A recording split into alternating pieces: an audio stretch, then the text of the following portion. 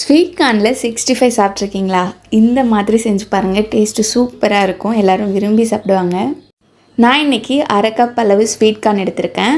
அரை cup sweet கார்னுக்கு 2 cup அளவு தண்ணி சேர்த்து 1 டீஸ்பூன் உப்பு சேர்த்து 15 நிமிஷம் நல்லா பாயில் பண்ணி எடுத்துக்கலாம். 15 நிமிஷத்துக்கு அப்புறம் ஸ்வீட் கார்ன் சூப்பராக ரெடி ஆகிருக்கும்.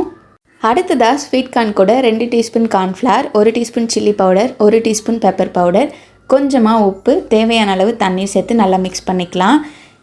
ஸ்வீட் கார்னில் ஸ்வீட் இருக்குன்றதுனால நம்ம சில்லி பவுடரும் பெப்பர் பவுடரும் ஒரு ஸ்பூன் சேர்த்துருக்கோம். அப்போ தான் நமக்கு பேலன்ஸ் ஆகும்.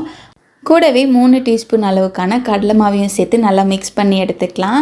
ஒரு பாத்திரத்தில் எண்ணெய் சூடு பண்ணிவிட்டு எண்ணெய் காஞ்சதுக்கப்புறம் ஸ்வீட் கார்ன் 65 கொஞ்சம் கொஞ்சமாக போட்டு எடுத்தோன்னா சூப்பராக ரெடி ஆகிடும். 2 பக்கமும் வெந்ததுக்கப்புறம் நம்ம எடுத்து சூடாக பரிமாறினா ரொம்ப மொறுன்னு சூப்பராக இருக்கும். சாஸோடு ட்ரை பண்ணுங்கள், அட்டகாசமாக இருக்கும். இன்ஸ்டண்ட்டாக மொறுன்னு ஸ்நாக்ஸ் வேணும் அப்படின்னு விருப்பப்பட்டிங்கன்னா இந்த ரெசிபி உங்களுக்கு தான். கண்டிப்பாக ட்ரை பண்ணி பாருங்கள். ட்ரை பண்ணி பார்த்துட்டு எப்படி இருக்குன்னு கமெண்ட் செக்ஷனில் சொல்லுங்கள்.